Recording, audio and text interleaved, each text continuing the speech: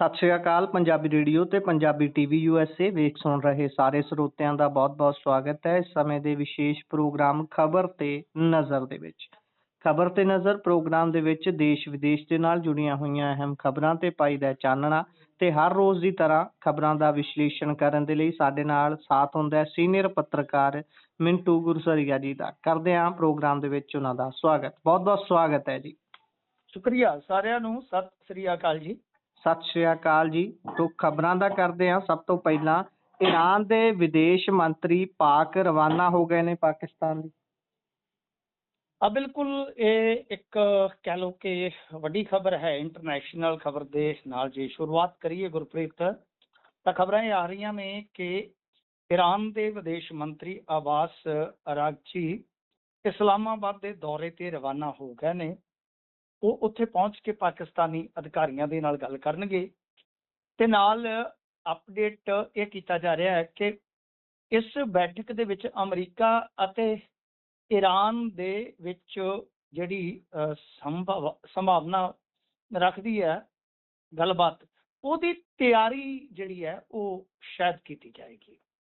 ਮਤਲਬ ਕਿ ਇਸ ਬੈਠਕ ਦੇ ਵਿੱਚ ਅਮਰੀਕਾ ਨਹੀਂ ਬੈਠੇਗਾ, ਕਹਿਣ ਦਾ ਮਤਲਬ ਫਿਲਹਾਲ, ਪਰ ਅਮਰੀਕਾ ਦੇ ਨਾਲ ਬਹਿਣ ਵਾਸਤੇ ਰਸਤਾ ਪੱਧਰਾ ਕੀਤਾ ਜਾਊਗਾ।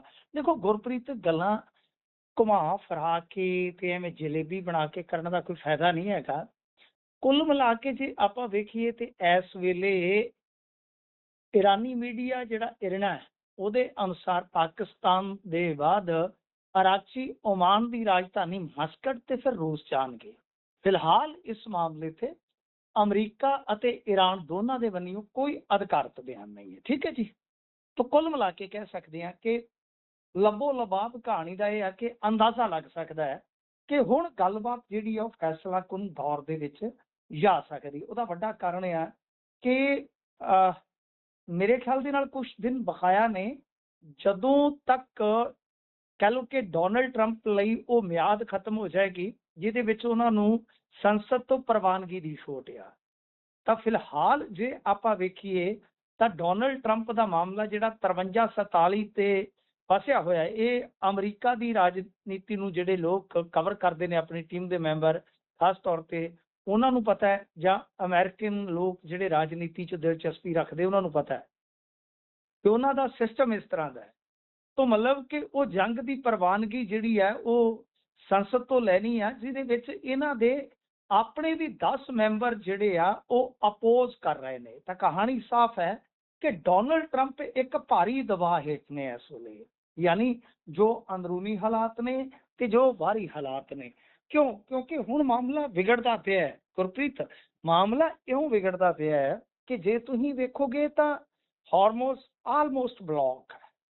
ਹਾਰਮੋਜ਼ ਉਦੋਂ ਤੱਕ ਨਹੀਂ ਖੁੱਲ ਸਕਦਾ ਜਦੋਂ ਤੱਕ ਦੋਵੇਂ ਮੁਲਕ ਈਰਾਨ ਔਰ ਅਮਰੀਕਾ ਦੋਨੇ ਹੀ ਆਪਣੀ ਬਲੌਕੇਡ ਨਹੀਂ ਚੁੱਕਦੇ।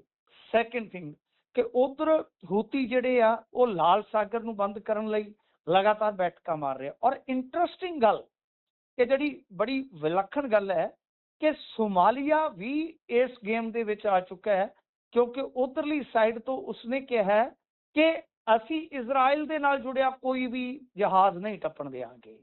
ਤਾਂ ਤੁਸੀਂ ਸੋਚ ਕੇ ਦੇਖੋ। ਵੈਸੇ ਮੈਂ ਤੁਹਾਨੂੰ ਇਹ ਵੀ ਇੱਕ ਨਵੀਂ ਜਾਣਕਾਰੀ ਦੇ ਦਿਆਂ ਕਿ ਜੇ UN ਦੇ ਮਨੁੱਖੀ ਅਧਿਕਾਰ ਵਾਲੇ ਆਪਾਂ ਸੰਗਠਨ ਦੀ ਗੱਲ ਕਰੀਏ ਤਾਂ ਉੱਥੇ ਜੋ ਗਾਜ਼ਾ ਦੇ ਵਿੱਚ ਨਰਸੰਹਾਰ ਹੋਇਆ, ਨਸਲਕੁਸ਼ੀ ਹੋਈ ਆ, ਉਹਦੇ ਵਿੱਚ ਭਾਰਤ ਦਾ ਵੀ ਜ਼ਿਕਰ ਆ ਰਿਹਾ ਹੈ।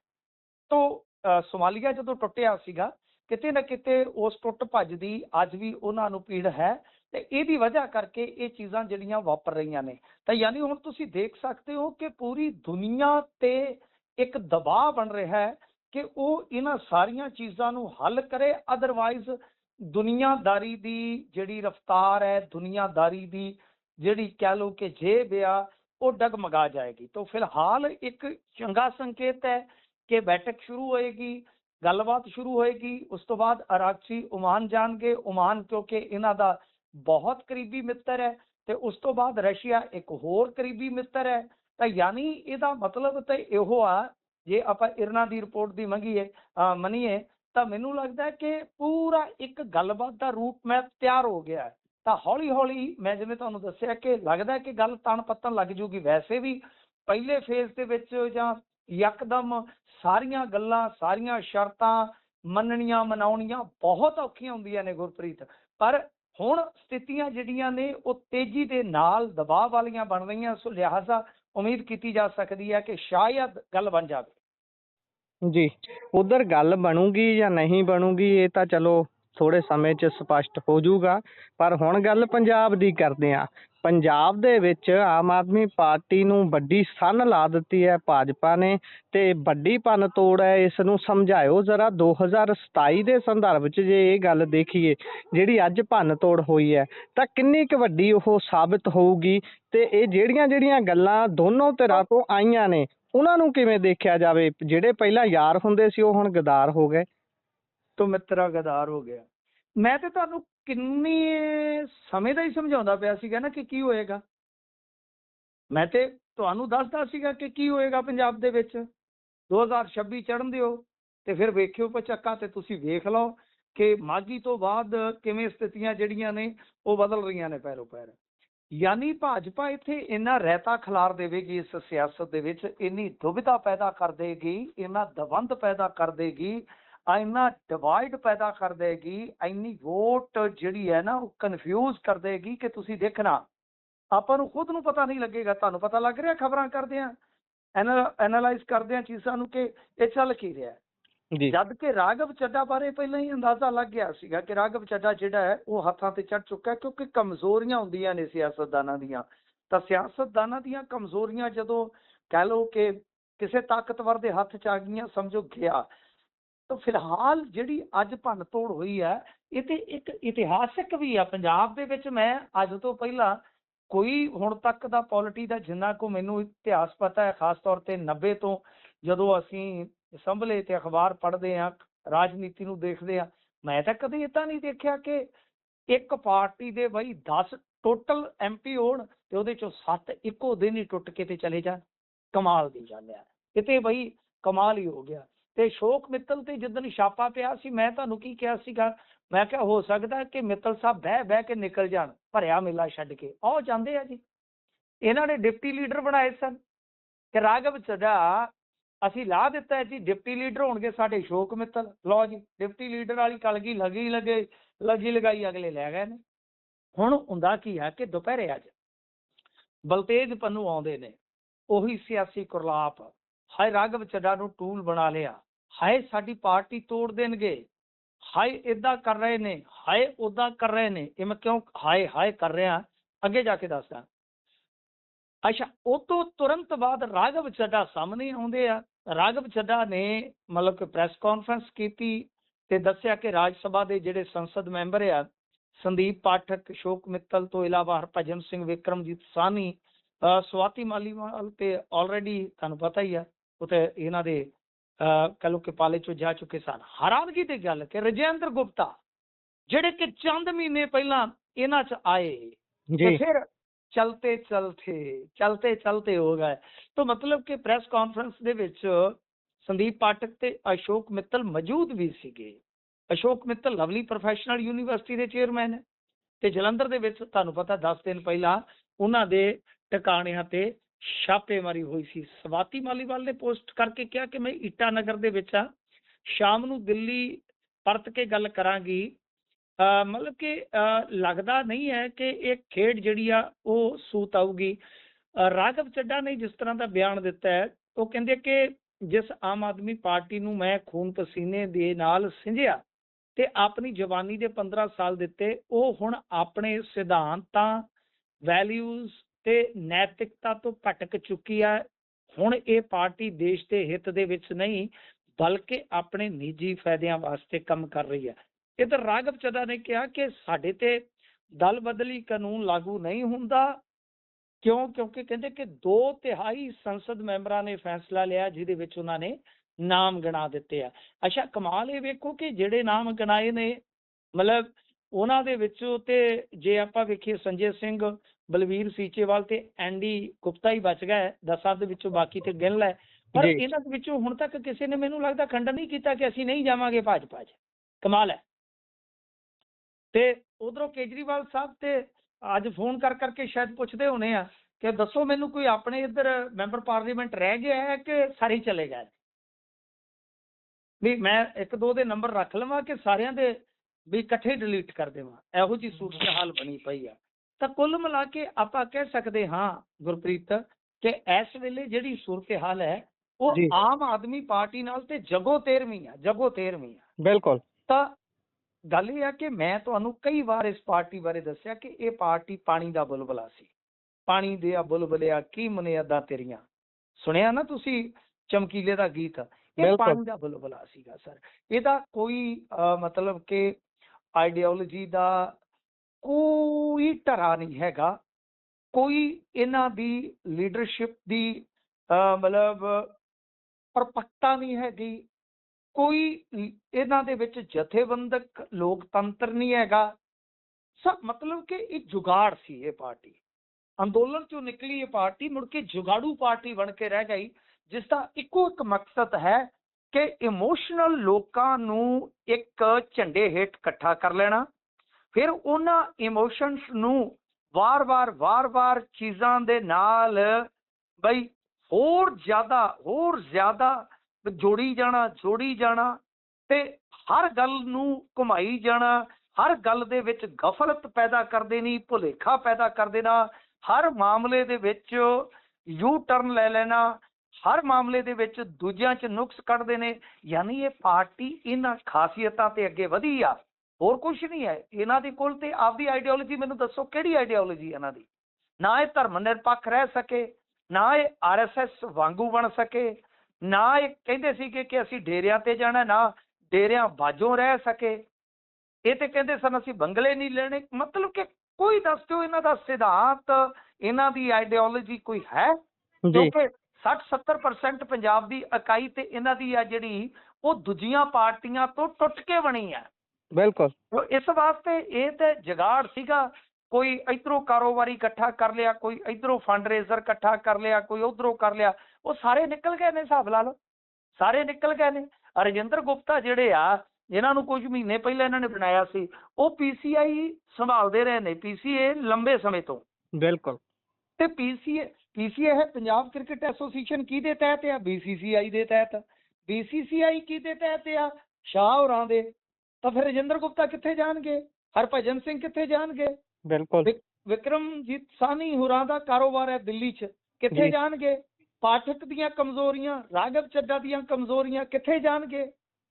ਤਾਂ ਮਤਲਬ ਇਹ ਸਾਫ਼ ਸੀ ਕਿ ਸਿਧਾਂਤਵਾਦੀ ਰਾਜਨੀਤੀ ਹੈ ਨਹੀਂ ਸੀ, ਬਸ ਜੁਗਾੜਵਾਦੀ ਰਾਜਨੀਤੀ ਸੀ। ਤੇ ਜੁਗਾੜ ਇਹਨਾਂ ਕੁ ਚਿਰ ਚੱਲਦੇ ਹੁੰਦੇ ਆ, ਚੱਲ ਗਏ। ਸੋ ਦੂਜੇ ਪਾਸੇ ਜੇ ਤੁਸੀਂ ਵੇਖੋਗੇ ਤੇ ਅੱਜ ਭਗਵੰਤ ਮਾਨ ਹੋਰਾਂ ਦਾ ਵੀ ਰੁਦਨ ਦੇਖਣ ਵਾਲਾ ਸੀਗਾ। ਉਹ ਕਹਿੰਦੇ ਕਿ ਇਹਨਾਂ ਨੇ ਪਾਰਟੀ ਨਾਲ ਗਦਾਰੀ ਕੀਤੀ ਆ, ਫਲਾਂ ਹੋਇਆ, ਲੋਕੀ ਇਹਨਾਂ ਨੂੰ ਸਬਕ ਸਿਖਾਉਣਗੇ। ਤੇ ਮੈਂ ਹੁਣੇ ਹੀ ਪਾ ਕੇ ਹਟਿਆ, ਮੈਂ ਕਿਹਾ ਸਰ ਯਾਦ ਕਰੋ ਵੇਲਾ ਜਦੋਂ ਤੁਸੀਂ ਬਸਪਾ ਦਾ ਉਮੀਦਵਾਰ ਆਪਦੀ ਪਾਰਟੀ 'ਚ ਰਲਾ ਲਿਆ ਸੀ। ਬਿਲਕੁਲ। ਸੋਮਨ ਨੂੰ ਰਲਾਇਆ ਸੀ ਨਾ, ਆਪਾਂ ਗੱਲ ਵੀ ਕੀਤੀ ਸੀ ਬੀਤੇ ਦਿਨ। ਜੀ। ਕਹਿਣ ਦਾ ਮਤਲਬ ਹੈ ਕਿ ਕਿਹੜੀਆਂ ਵਫਾਦਾਰੀਆਂ ਦੀਆਂ ਗੱਲਾਂ ਕਰਦੇ ਹੋ? ਹਰਮੀਤ ਸੰਧੂ ਕੌਣ ਸੀ ਜੀ। ਜਿਹਨੂੰ ਜਿਮਨੀ ਚੋਣ ਲੜਾਈ ਤੁਸੀਂ? ਭਗਤ ਕੌਣ ਸੀ ਜਿਹਨੂੰ ਚੋਣ ਲੜਾਈ? ਅੰਗੁਰਾਲ ਕੌਣ ਸੀ ਜਿਹਨੂੰ ਚੋਣ ਲੜਾਈ? ਮਤਲਬ ਕਿ ਤੁਸੀਂ ਤਾਂ ਖੁਦ ਭਾਜਪਾ ਹੀ ਲਿਆਉਂਦੇ ਰਹੇ। ਤਾਂ ਗੱਲ ਇਹ ਆ ਕਿ ਗੁਰਪ੍ਰੀਤ, ਇਹ ਜਿਹੜੀ ਰਾਜਨੀਤੀ ਹੁੰਦੀ ਹੈ ਨਾ, ਰਾਜਨੀਤੀ ਜਿਹੜੀ ਆ ਉਹਦੇ ਵਿੱਚ ਵਫਾਦਾਰੀਆਂ ਕਿਰਾਏ ਦੇ ਬਿਸਤਰ ਵਰਗੀਆਂ ਹੁੰਦੀਆਂ। ਇਹਦੇ ਵਿੱਚ ਡੇਲੀ ਨਵਾਂ ਜਿਸਮ ਆ ਜਾਂਦਾ ਹੈ। ਸੋ ਇਸ ਕਰਕੇ ਇੱਥੇ ਕਿਹੜੀਆਂ ਵਫਾਦਾਰੀਆਂ, ਇੱਥੇ ਦੁਕਾਨਦਾਰੀਆਂ ਬਣ ਗਈਆਂ ਨੇ। ਮਾਨ ਸਾਹਿਬ ਅਜੇ ਮਹੀਨੇ 2 ਹੋਰ ਪੈ ਲੈਣ ਦਿਓ, ਤੁਹਾਡੇ ਵਿਧਾਇਕਾਂ ਨੂੰ ਵੀ ਖਤਰਾ। ਜਾਨ ਜਾਣ ਦਾ ਖਤਰਾ ਨਹੀਂ ਤੇਰੇ ਪਿੱਛੇ, ਜਾਨ ਜਾਣ ਦਾ ਖਤਰਾ ਨਹੀਂ। ਇੱਥੇ ਤੁਹਾਡੇ ਜਿਹੜੇ ਵਿਹੜੇ ਦੇ ਮਹਿਮਾਨ ਸੀ, ਉਹ ਮਹਿਮਾਨ ਜਾਣ ਦਾ ਖਤਰਾ ਜੇ ਹੁਣ। ਵੇਖੀ ਚੱਲਿਓ ਬਣਦਾ ਕੀ ਆ।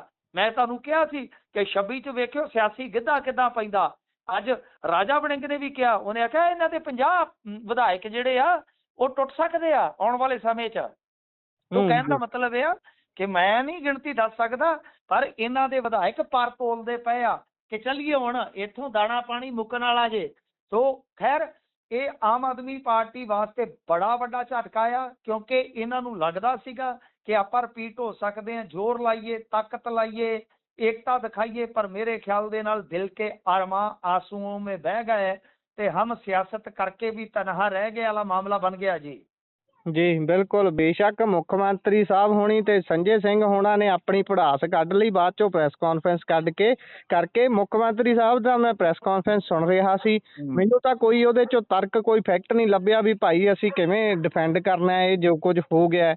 ਅਗਲੇ ਕਹਿੰਦੇ ਵੀ ਭਾਈ ਜਿਹੜੀਆਂ ਚੀਜ਼ਾਂ ਵਿਕਣ ਵਾਲੀਆਂ ਹੁੰਦੀਆਂ ਅਵੇਲੇਬਲ ਹੁੰਦੀਆਂ ਨੇ ਉਹੀ ਵਿਕਦੀਆਂ ਨੇ, ਵੀ ਮੈਨੂੰ ਖਰੀਦ ਕੇ ਦਿਖਾਉਣ, ਮੇਰੇ ਵੱਲ ਆਉਣ। ਇਹ ਲੋਕ ਕਹਿੰਦੇ ਵੀ ਉਧਰ ਸੰਜੇ ਸਿੰਘ ਹੋਣੀ ਕਹਿੰਦੇ ਵੀ ਇਹਨਾਂ ਨੇ ਪੰਜਾਬ ਨਾਲ ਗਦਾਰੀ ਕੀਤੀ ਆ। ਮੈਂ ਸੋਚੀ ਜਾਂਦਾ ਸੀ ਵੀ ਪੰਜਾਬ ਨਾਲ ਇਹਨਾਂ ਨੇ ਗਦਾਰੀ ਕਿਵੇਂ ਕਰ ਲਈ, ਪੰਜਾਬ ਨੇ ਤਾਂ ਇਹਨਾਂ ਨੂੰ ਨਹੀਂ ਚੁਣਿਆ ਸੀ, ਇਹਨਾਂ ਨੂੰ ਤਾਂ ਪਾਰਟੀ ਨੇ ਚੁਣ ਕੇ ਭੇਜਿਆ ਸੀ ਭਾਈ ਵੀ ਆਹ ਸਾਡੇ ਹੀਰੇ ਨੇ। ਮੈਂ ਤਾਂ ਖੈਰ ਜਦੋਂ ਰਾਘਵ ਚੱਡਾ ਨੂੰ ਇਹ ਸਨਮਾਨ ਦਿੱਤਾ ਗਿਆ ਸੀ ਉਸ ਸਮੇਂ ਸੁਣ ਰਿਹਾ ਸੀ ਕਿਸੇ ਇਹਨਾਂ ਦੇ ਹੀ ਆਮ ਆਦਮੀ ਪਾਰਟੀ ਦੇ ਭਮੱਕੜ ਦੀ ਵੀਡੀਓ, ਕਹਿੰਦਾ ਵੀ ਭਾਈ ਉਹਨੇ 2022 ਚ ਇੰਨੀ ਸ਼ਾਨਦਾਰ ਚੋਣ ਜਿਤਾ ਕੇ ਦਿੱਤੀ ਹੈ, ਇੰਨਾ ਕੁ ਤਾਂ ਉਹਦਾ ਬਣਦਾ ਮਾਣ ਤਾਣ ਕਰਨਾ। ਇਹਨਾਂ ਨੇ ਮਾਣ ਤਾਣ ਕੀਤਾ, ਉਧਰੋਂ ਅਗਲੇ ਨੇ ਆਪਣੇ ਤਰੀਕੇ ਨਾਲ ਇਹਨਾਂ ਦਾ ਮਾਣ ਤਾਣ ਕਰਤਾ। ਸੰਜੇ ਸਿੰਘ ਤੇ ਭਗਵੰਤ ਮਾਨ ਨੂੰ ਤੇ ਚੌਂਕ 'ਚ ਬੁਲਾਉਣਾ ਚਾਹੀਦਾ ਹੈ ਜੀ ਬਿਲਕੁਲ। ਅਰਵਿੰਦ ਕੇਜਰੀਵਾਲ ਇਹਨਾਂ ਨੂੰ ਤੇ ਚੌਂਕ 'ਚ ਬੁਲਾਓ ਜੀ, ਇਹਨਾਂ ਨੂੰ ਪੁੱਛੋ ਕਿ ਇਹ ਕਿਹੜੇ ਪੰਜਾਬੀ ਨੇ ਤੁਹਾਨੂੰ ਸੁਜੈਸਟ ਕੀਤੇ ਸਨ ਕਿ ਇਹਨਾਂ ਨੂੰ ਭੇਜੋ ਸੰਸਦ ਦੇ ਵਿੱਚ। ਬਿਲਕੁਲ ਬਿਲਕੁਲ। ਅਸ਼ੋਕ ਮਿੱਤਲ ਨੂੰ ਕਿਹਨਾਂ ਨੇ ਚਿੱਠੀਆਂ ਪਾਈਆਂ ਸੀ ਕਿ ਚੁਣ ਕੇ ਭੇਜੋ। ਜੀ। ਰਜਿੰਦਰ ਗੁਪਤਾ ਦੀਆਂ ਕਿਹਨੇ ਹੜਤਾਲਾਂ ਕੀਤੀਆਂ ਸਨ ਕਿ ਇਹਨੂੰ ਚੁਣੋ।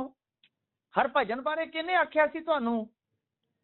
ਉਹਨਾਂ ਦਾ ਤੁਸੀਂ ਤੇ ਪੰਜਾਬੀਆਂ ਤੇ ਥੋਪ ਕੇ ਪਹਿਲੀ ਗਦਾਰੀ ਤੇ ਤੁਸੀਂ ਕੀਤੀ ਆ। ਜੀ ਜੀ ਜੀ ਬਿਲਕੁਲ। ਪਹਿਲੇ ਗਦਾਰ ਤੇ ਪੰਜਾਬੀਆਂ ਦੇ ਤੁਸੀਂ ਹੋ ਜੀ।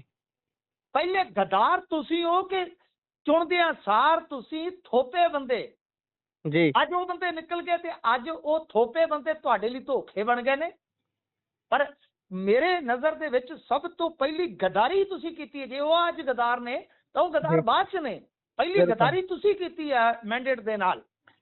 ਖੈਰ ਮਿੰਟੂ ਜੀ ਉਦਾਂ ਵੈਸੇ ਉਹਨਾਂ ਨੇ ਗੱਲ ਕਰਦਿਆਂ ਇਹ ਗੱਲ ਦਾ ਵੀ ਜਵਾਬ ਦਿੱਤਾ ਹੈ ਵੀ ਭਾਈ ਅਸੀਂ ਤਾਂ ਬਹੁਤ ਚੁਣ ਕੇ ਭੇਜੇ ਸੀ। ਕਹਿੰਦੇ ਅਸੀਂ ਇੱਕ ਇਨਵਾਇਰਮੈਂਟਲਿਸਟ ਲੈ ਲਿਆ ਬਲਵੀਰ ਸਿੰਘ, ਇੱਕ ਅਸੀਂ ਐਜੂਕੇਸ਼ਨਲਿਸਟ ਲੈ ਲਿਆ ਮਿੱਤਲ ਸਾਹਿਬ, ਇੱਕ ਅਸੀਂ ਇੰਡਸਟਰੀਲਿਸਟ ਲੈ ਲਿਆ। ਉਹ ਬੇਸ਼ੱਕ ਕਹਿੰਦੇ ਬਾਅਦ ਚੋਂ ਬਦਲਣਾ ਪਿਆ, ਉਹ ਸਾਡੇ MLA ਬਣ ਗਏ, ਫਿਰ ਅਸੀਂ ਦੂਜਾ ਇੰਡਸਟਰੀਲਿਸਟ ਲੱਭਿਆ। ਕਹਿੰਦੇ ਰਾਘਵ ਚੱਡਾ ਹੋਣੀ ਸਾਡੇ ਯੂਥ ਦੇ ਆਈਕਨ ਹੋ ਗਏ। ਐਂ ਤਾਂ ਇਹ ਆਪਣੀ ਗੱਲ ਨੂੰ ਜਸਟੀਫਾਈ ਕਰਦੇ ਨੇ। ਮੁੜ ਕੇ ਅੰਤ 'ਚ ਕਹਿੰਦੇ ਨੇ ਵੀ ਭਾਈ ਮੈਨੂੰ ਤਾਂ ਹਾਲੇ ਤੱਕ ਕੋਈ ਡਿਵਾਈਸ ਲੱਭੀ ਨਹੀਂ ਜਿਹੜੀ ਅਸੀਂ ਲਾ ਕੇ ਦੇਖ ਲਈਏ ਵੀ ਭਾਈ ਕੌਣ ਬੰਦਾ ਖਰਾ ਹੈ ਕੌਣ ਖੋਟਾ ਹੈ। ਜੇ ਕੋਈ ਮਿਲੇ ਤਾਂ ਮੈਨੂੰ ਦੱਸ ਦਿਓ, ਮੈਂ ਵੀ ਐਮਾਜ਼ੋਨ ਤੋਂ ਮੰਗਾ ਲੂੰਗਾ। ਇਹ ਤਾਂ ਬਿਲਕੁਲ ਜੇ ਬਣਿਆ ਹੁੰਦਾ ਤੇ ਲੋਕ ਸਭ ਤੋਂ ਪਹਿਲਾਂ ਖਰੀਦ ਕੇ ਤੁਹਾਨੂੰ ਚੈੱਕ ਕਰ ਲੈਂਦੇ, ਕਿਉਂਕਿ ਇਹੀ ਗੱਲ ਤੁਹਾਡੇ ਤੇ ਵੀ ਲਾਗੂ ਹੁੰਦੀ ਹੈ ਕਿ ਜੇ ਕੋਈ ਇਦਾਂ ਦਾ ਪੈਰਾਮੀਟਰ ਹੁੰਦਾ, ਕੋਈ ਇਦਾਂ ਦਾ ਥਰਮਾਮੀਟਰ ਹੁੰਦਾ ਤਾਂ ਸ਼ਾਇਦ ਤੁਹਾਡੇ ਬਾਰੇ ਵੀ ਇਹ ਗੱਲਾਂ ਨਾ ਕਹਿਣੀਆਂ ਪੈਂਦੀਆਂ ਕਿ ਅੱਜ ਮਾਨ ਸਾਹਿਬ ਜਿਹੜੇ ਉਹ ਨਹੀਂ ਰਹਿ ਗਏ। ਤਾਂ ਕਹਿਣ ਦਾ ਭਾਵ ਇਹ ਆ ਕਿ ਇਹ ਗੱਲਾਂ ਜਿਹੜੀਆਂ ਨੇ ਉਹ ਸਿਰਫ ਤੇ ਸਿਰਫ ਜੁਮਲੇਬਾਜ਼ੀਆਂ ਨੇ। ਕੀ ਸਿੱਖਿਆ ਸ਼ਾਸਤਰੀ ਅਸ਼ੋਕ ਮਿੱਤਲ ਕੀ ਸਿੱਖਿਆ ਸ਼ਾਸਤਰੀ ਆ? ਜੀ ਇਹੀ ਗੱਲ ਕਹੀ। ਮੈਨੂੰ ਦੱਸੋ ਕਿ ਕਿਹੜੀ ਉਹਨਾਂ ਦੀ ਅਕੈਡਮਿਕ ਕਾਬਲੀਅਤ ਸੀਗੀ ਜੀ ਕਾਰੋਬਾਰ ਤੋਂ ਪਹਿਲਾਂ। ਜੀ ਜੀ। तो मतलब कि राघव चड्डे की जवानी आई है पंजाब च जी। नहीं राघव चड्डा ही जवान होया कि कोई भंबक्कड़ नहीं ही जवान लभदा चोपर कौडी पाउण वाला है कि कारोबारी कला गुप्ता ही जिहड़ा कांग्रेसियां नूं ਉਹ ਵੀ कला गुप्ता ही दीदा है, कालियां नूं भी गुप्ता ही दीदा है, ये भी गुप्ता दीदा है कि ਜਿਹੜੇ ਦੂਜੇ ਕਾਰੋਬਾਰੀ ਆ ਮੈਨੂੰ ਦੱਸੋ ਉਹ एस्टोनिया तो आए ने। कमाल है यार, कमाल है। सो भगवंत मान का सियासी कुरलाप हुण खत्म हो चुका है। कोई यकीन नहीं करता गुरप्रीत, ये सिर्फ जुमलेबाजियां ने। हुण झाड़ू दी वो पिछे पूछ जी नहीं हुंदी, वो जिहड़ा उत्ते चाड़ी हुंदी आ चूड़ी जी, हां जी, वो ग्रिप आ हिलर गई। हुण तीले तुसीं देखो जांदे किधर नूं आ। भगवंत मान भी तुसीं वेखो इन्हां दे मगर भी जे लग गए ना, जे इन्हां दी सैटिंग हिल गई ते मगर लग गए ਤੇ ਇਹ ਵੀ ਤੁਸੀਂ ਵੇਖਿਓ ਜਾਂਦੇ ਸ਼ੂਕਦੇ ਕਿਵੇਂ। ਉਹੀ ਮੈਂ ਦੇਖ ਰਿਹਾ ਸੀ, ਉਹ ਚੱਲਦੀ ਲਾਈਵ 'ਚ ਲੋਕ ਥੱਲੇ ਕਮੈਂਟ ਕਰੀ ਜਾਂਦੇ ਸੀ ਵੀ ਤੁਸੀਂ ਵੀ ਆਸਟ੍ਰੇਲੀਆ ਦੀ ਟਿਕਟ ਕਰਾ ਦਿਓ। ਖੈਰ ਇਹ ਸਭ ਤੋਂ ਆਪਾਂ ਅੱਗੇ ਵਧਦੇ ਹਾਂ ਅਗਲੀ ਖਬਰ ਤੇ। ਤੁਸੀਂ ਕਿਆ ਕਹੋਗੇ? ਮੁੜ ਕਹੋਗੇ ਨਹੀਂ ਤੂੰ ਟਿਕਟ ਕਰਾ ਲਈ ਚੋਰੀ ਚੋਰੀ ਤੇ ਤੁਰ ਗਈ ਜਹਾਜ਼ ਚੜ ਕੇ। ਜੀ ਜੀ। ਉਧਰ ਗੱਲ ਕਰਦੇ ਹਾਂ ਅਮਰਤਪਾਲ ਸਿੰਘ ਹੁਣੀ ਜਿਹੜੇ ਨੇ ਉਹ CM ਦਾ ਫੇਸ ਹੋ ਸਕਦੇ ਨੇ। ਇਸ ਸਥਿਤੀ ਨੂੰ ਤੁਸੀਂ ਕਿਵੇਂ ਵੇਖਦੇ ਹੋ ਤੇ ਕੀ ਟਿੱਪਣੀ ਹੈ? ਦੇਖੋ ਗੱਲ ਇਹ ਆ ਕਿ ਅੱਜ ਇਹਨਾਂ ਦੇ ਧੜੇ ਦੇ ਇੱਕ ਧੜੇ ਨੇ ਕਹਿ ਲਓ, ਧੜਾ ਇਹਨਾਂ ਦਾ ਸਿਆਸੀ ਤਨਜ਼ੀਮ ਹੋ ਗਈ ਤੇ ਉਹਦੇ ਵਿੱਚੋਂ ਕੁਝ ਅਹੁਦੇਦਾਰਾਂ ਨੇ ਪ੍ਰੈਸ ਕਾਨਫਰੰਸ ਕੀਤੀ ਹੈ ਕਿ ਸਾਡਾ ਉਮੀਦਵਾਰ CM ਫੇਸ ਜਿਹੜਾ ਹੈ ਉਹ ਹੋ ਸਕਦਾ ਹੈ ਅਮਰਤਪਾਲ ਸਿੰਘ। ਪਰ ਕੰਟਰਾਡਿਕਸ਼ਨ ਹੈ ਗਿਆਨੀ ਹਰਪ੍ਰੀਤ ਸਿੰਘ ਹੋਰਾਂ ਦੀ ਸਟੇਟਮੈਂਟ ਦੇ ਵਿੱਚ, ਜਿੱਥੇ ਉਹ ਕਹਿ ਰਹੇ ਨੇ ਕਿ ਵਿਧਾਇਕ ਦਲ ਦਾ ਨੇਤਾ ਵਿਧਾਇਕ ਬਾਅਦ ਦੇ ਵਿੱਚ ਚੁਣ ਲੈਣਗੇ। ਤਾਂ ਕੁੱਲ ਮਿਲਾ ਕੇ ਦੇਖੋ, ਅੰਮ੍ਰਿਤਪਾਲ ਸਿੰਘ ਨੂੰ ਜੇ ਸੀਐਮ ਫੇਸ ਦਿੱਤਾ ਜਾਂਦਾ ਹੈ ਤਾਂ ਮੇਰੇ ਖਿਆਲ ਦੇ ਨਾਲ ਇਹਨਾਂ ਦੀ ਸਥਿਤੀ ਬਿਹਤਰ ਹੋ ਸਕਦੀ ਹੈ। ਜੇ ਵਿਦਆਊਟ ਸੀਐਮ ਫੇਸ ਜਾਣਗੇ ਤਾਂ ਕਿਤੇ ਨਾ ਕਿਤੇ ਦੁਵਿਧਾ ਪੈਦਾ ਹੋਏਗੀ। ਹਾਂ, ਰਿਸਪੌਂਸ ਕਿਸ ਤਰ੍ਹਾਂ ਦਾ ਮਿਲਦਾ ਹੈ ਗੁਰਪ੍ਰੀਤ, ਉਹ ਹਾਲੇ ਕਹਿਣਾ ਜਿਹੜਾ ਹੈ ਉਹ ਕਾਹਲੀ ਹੋਏਗੀ, ਪਰ ਅੰਡਰ ਕਰੰਟ ਕੁਝ ਇਲਾਕਿਆਂ ਦੇ ਵਿੱਚ, ਕੁਝ ਹਲਕਿਆਂ 'ਚ ਹੈ। ਹੁਣ ਜਦੋਂ ਪ੍ਰੋਗਰਾਮ ਦੇਣਗੇ, ਏਜੰਡਾ ਦੇਣਗੇ, ਆਪਣਾ ਵਿਜ਼ਨ ਪੱਤਰ ਦੇਣਗੇ, ਫਿਰ ਉਸ ਤੋਂ ਬਾਅਦ ਸਥਿਤੀਆਂ ਸਾਫ਼ ਹੋਣਗੀਆਂ। ਲਿਹਾਜ਼ਾ ਇਹਨਾਂ ਦੇ ਅੰਦਰ ਖਲਬਲੀ ਹੈ, ਕਿਉਂਕਿ ਮਨਪ੍ਰੀਤ ਸਿੰਘ ਇਆਲੀ ਦੀ ਵਿਰੋਧਤਾ ਵੀ ਇਹਨਾਂ ਦੇ ਬੰਦਿਆਂ ਵੱਲੋਂ ਸ਼ੁਰੂ ਹੋ ਗਈ ਆ। ਸਰਬਜੀਤ ਸਿੰਘ ਖਾਲਸਾ ਪਹਿਲਾਂ ਆਪਣੀ ਡਫਲੀ ਵਜਾ ਰਹੇ ਨੇ, ਤੇ ਇਸ ਤੋਂ ਇਲਾਵਾ ਜੇ ਤੁਸੀਂ ਵੇਖੋਗੇ ਗਿਆਨੀ ਹਰਪ੍ਰੀਤ ਸਿੰਘ ਦੀ ਅਲੱਗ ਸਟੇਟਮੈਂਟ ਆ। ਯਾਨੀ ਮਤਲਬ ਕਿ ਸੰਭਾਵਨਾਵਾਂ ਬਣਦਿਆਂ ਸਾਰੀ ਇਹਨਾਂ ਦੇ ਅੰਦਰ ਵੀ ਕਈਆਂ ਦੇ ਮੁੱਖ ਮੰਤਰੀ ਅੰਗੜਾਈਆਂ ਲੈਣ ਲੱਗ ਪਿਆ। ਸੋ ਇਸ ਕਰਕੇ ਕੰਟਰਾਡਿਕਸ਼ਨ ਤੇ ਜਾਂ ਕਹਿ ਲਓ ਕਿ ਵਾਰਸ ਪੰਜਾਬ ਦੇ ਜਥੇਬੰਦੀ ਵੱਲੋਂ ਵਾਰ-ਵਾਰ ਇਹ ਸਪਸ਼ਟੀਕਰਨ ਆ ਰਿਹਾ ਹੈ ਕਿ ਸਾਡਾ ਤੇ ਬਈ ਜਿਹੜਾ ਸੀਐਮ ਫੈਸ ਹੋਏਗਾ, ਉਹ ਸੀਐਮ ਫੈਸ ਹੋਏਗਾ ਅੰਮ੍ਰਿਤਪਾਲ ਸਿੰਘ। ਜੀ, ਇਸ ਤੋਂ ਅੱਗੇ ਆਪਾਂ ਰੁੱਖ ਕਰਦੇ ਹਾਂ ਤਾਂ ਪੰਜਾਬ ਦੇ ਵਿੱਚ 15 ਮਿੰਟਾਂ ਵਾਲਾ ਹਨੇਰਾ ਛਾ ਹਟਿਆ ਹੁਣ, ਤੇ ਕੀ ਕਹੋਗੇ ਇਸ ਤੇ ਡਰਿੱਲਾਂ ਕਰਨ ਦੀ ਲੋੜ ਕਿਉਂ ਪੈ ਰਹੀ ਹੈ ਜੀ? ਨਹੀਂ, ਮੈਂ ਤਾਂ ਕਿਹਾ ਸੀ ਉਹ ਇਕੱਲੇ ਹਾਰਨ ਜੇ ਵਜਾ ਲਓ, ਸਾਇਰਨ ਜਿਹਨੂੰ ਕਹਿੰਦੇ ਆ। ਬਲੈਕ ਆਊਟ ਤਾਂ ਸਾਡੇ ਉਦਾਂ ਹੀ ਚੱਲੀ ਜਾਂਦਾ ਹੈ।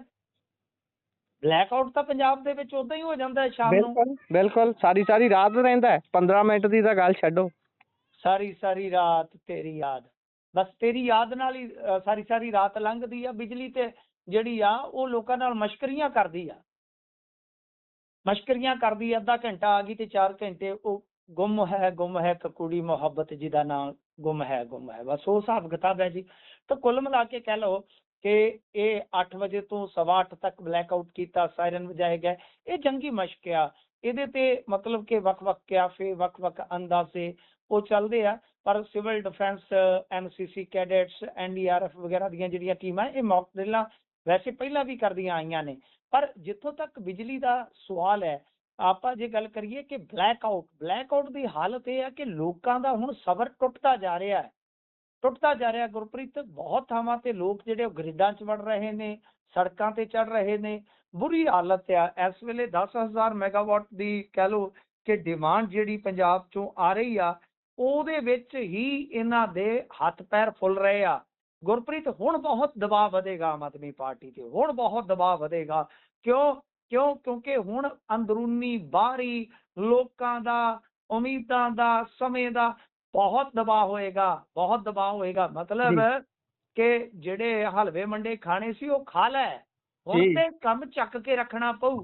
ਜਾਂ ਤੁਹਾਨੂੰ ਐਤਕੀ ਹਰ ਪਾਸਿਓਂ ਪਰਫੈਕਟਲੀ ਜਾਣਾ ਪਊ ਇਹਨਾਂ 4-6 ਮਹੀਨਿਆਂ 'ਚ, ਜਾਂ ਫਿਰ ਤਿਆਰ ਹੋ ਜਾਓ ਕਿ ਪੱਕਾ ਜਾਣਾ ਪਊਗਾ। ਗੱਲਾਂ ਦੋ ਹੀ ਆ ਜੀ, ਗੱਲਾਂ ਦੋ, ਯੈਸ ਜਾਂ ਨੋ। ਦੇਖੋ ਹੁਣ ਨੋ ਹੁੰਦੀ ਹੈ ਕਿ ਯੈਸ ਹੁੰਦੀ ਹੈ।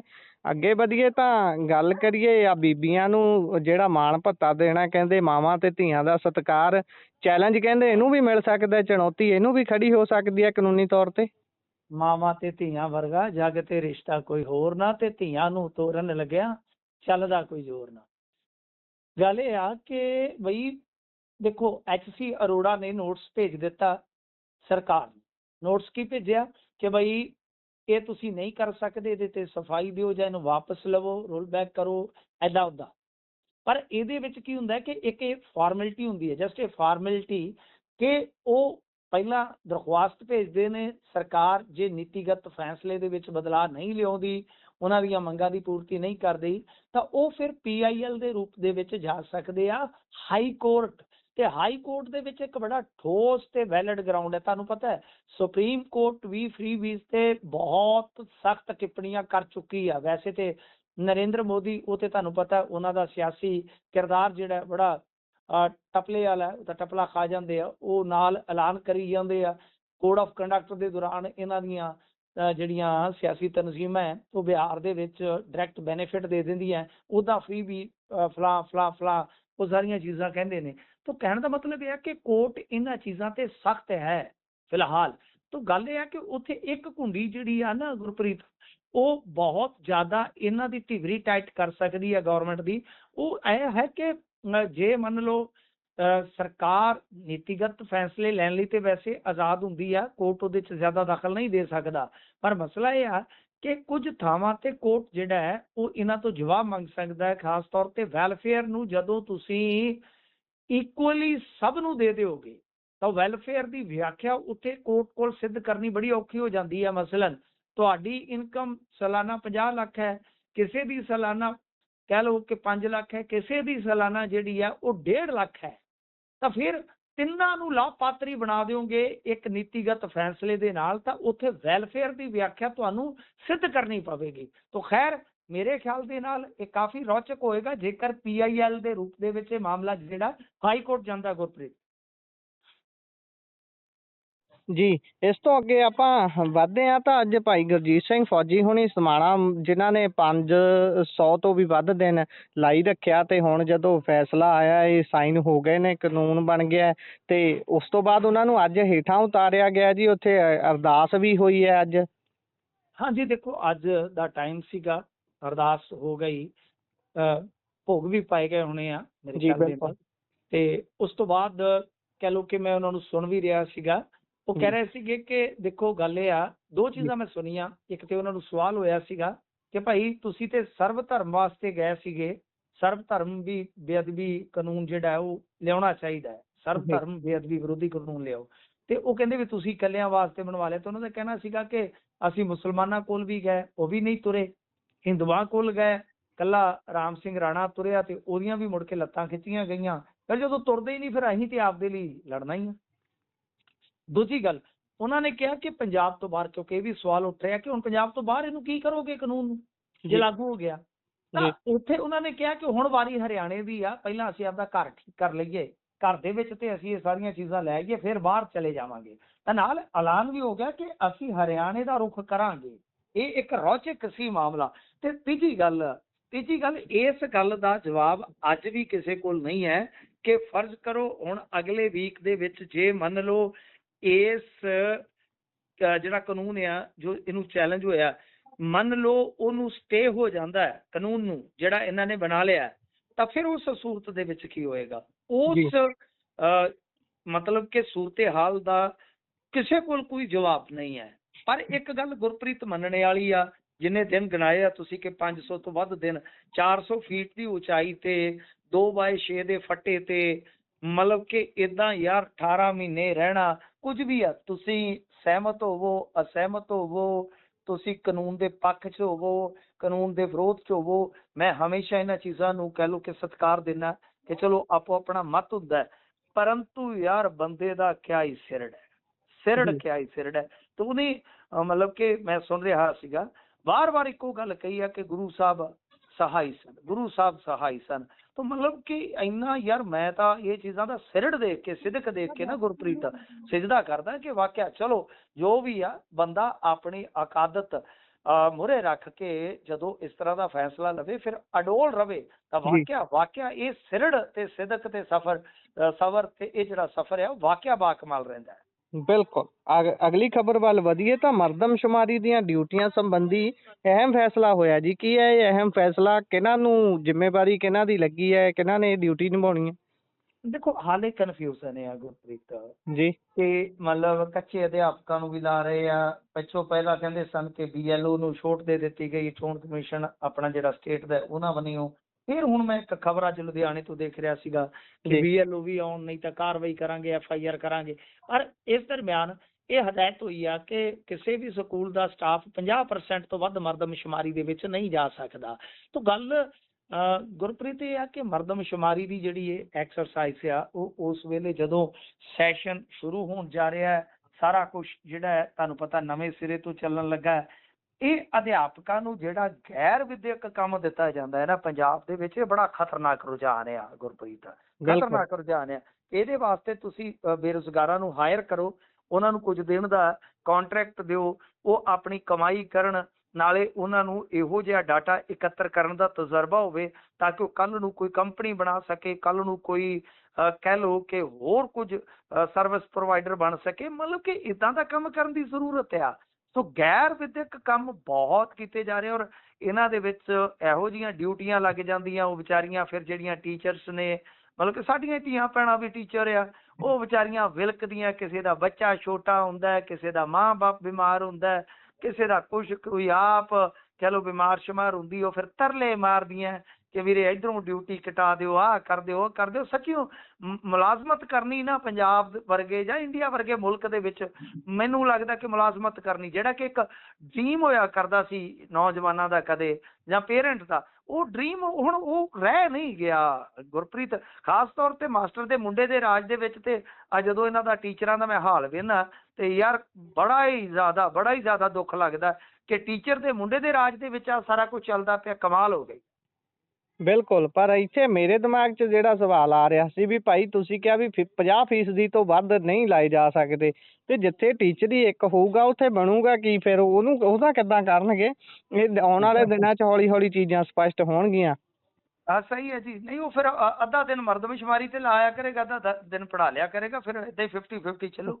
ਬਿਲਕੁਲ, ਫਿਰ ਦਿਨ ਅੱਧਾ 50-50 ਹੋ ਜੂ ਬੰਦੇ ਦੀ ਤੁਸੀਂ ਸਵਾਲ ਕੀਤਾ ਤੇ ਮੈਂ ਕੋਈ ਨਾ ਕੋਈ ਜਵਾਬ ਤੁਹਾਨੂੰ ਨਾ ਦੇਵਾਂ ਤਾਂ ਗੱਲ ਮਾੜੀ ਹੈ ਨਾ।